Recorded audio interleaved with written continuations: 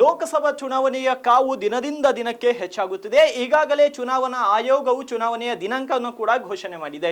ದೇಶದಾದ್ಯಂತ 7 ಹಂತಗಳಲ್ಲಿ ಚುನಾವಣೆ ನಡೆಯುತ್ತಿದ್ದು, ಈ ಬಾರಿಯ ಚುನಾವಣೆಯಲ್ಲಿ ಕಾಂಗ್ರೆಸ್ ಪಕ್ಷವು ತನ್ನ 3ನೇ ಪಟ್ಟಿಯನ್ನು ಕೂಡ ಬಿಡುಗಡೆ ಮಾಡಿದೆ. ರಾಜ್ಯದ ಬಹುತೇಕ ಜಿಲ್ಲೆಗಳಲ್ಲಿ ಈ ಬಾರಿ ಲೋಕಸಭಾ ಕ್ಷೇತ್ರಗಳಲ್ಲಿ ಯುವಕರಿಗೆ ಕಾಂಗ್ರೆಸ್ ಪಕ್ಷ ಮಣೆ ಹಾಕಿದೆ. ಅದು ಅಲ್ಲದೆ ಯುವಕರು ಒಂದು ಕಡೆ ಆದ್ರೆ ಇನ್ನೊಂದು ಕಡೆ ಕುಟುಂಬ ರಾಜಕಾರಣಕ್ಕೆ ಮತ್ತೆ ಕೂಡ ಕಾಂಗ್ರೆಸ್ ಪಕ್ಷ ಸೈ ಅಂದಿದೆ. ಯಾಕಂದ್ರೆ ಬೀದರ್ನಿಂದ ಸಾಗರ್ ಖಂಡ್ರೆ ಅವರ ಹೆಸರು ಫೈನಲ್ ಆಗಿದೆ. ಸಾಗರ್ ಖಂಡ್ರೆ ಈಶ್ವರ್ ಖಂಡ್ರೆ ಅವರ ಪುತ್ರ.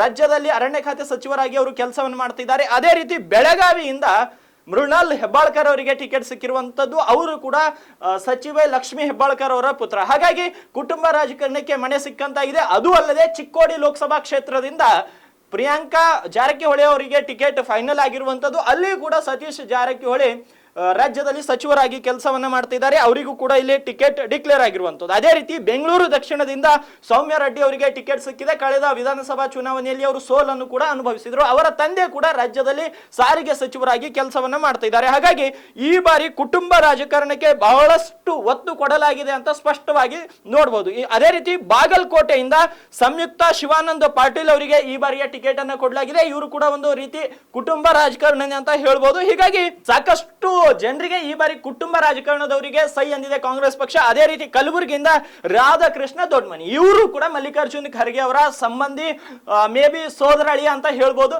ಹಾಗಾಗಿ ಕಾಂಗ್ರೆಸ್ ಪಕ್ಷ ಇವಾಗ ಮತ್ತೆ ಕುಟುಂಬ ರಾಜಕಾರಣಕ್ಕೆ ಸೈ ಅಂದಿರೋದು ಬಿಜೆಪಿಗೆ ಎಲ್ಲಿ ಒಂದ್ ಕಡೆ ಪ್ಲಸ್ ಆಗುವಂತಹ ಸಾಧ್ಯತೆಗಳು ಕೂಡ ಕಾಣಿಸ್ತಾ ಇದೆ. ಈ 3ನೇ ಪಟ್ಟಿಯನ್ನ ಕಾಂಗ್ರೆಸ್ ಬಿಡುಗಡೆ ಮಾಡಿದ್ದು ಎಲ್ಲರಲ್ಲಿಯೂ ಸಾಕಷ್ಟು ಗೊಂದಲವನ್ನು ಸೃಷ್ಟಿ ಮಾಡಿದೆ. ಯಾಕಂದ್ರೆ ನೈಜವಾಗಿ ಪಕ್ಷಕ್ಕಾಗಿ ಕೆಲಸ ಮಾಡ್ತಿರುವಂತಹ ಕಾರ್ಯಕರ್ತರಿಗೆ ಈ ಬಾರಿಯೂ ಕೂಡ ಅವಕಾಶವನ್ನ ಲಭಿಸಿಲ್ಲ.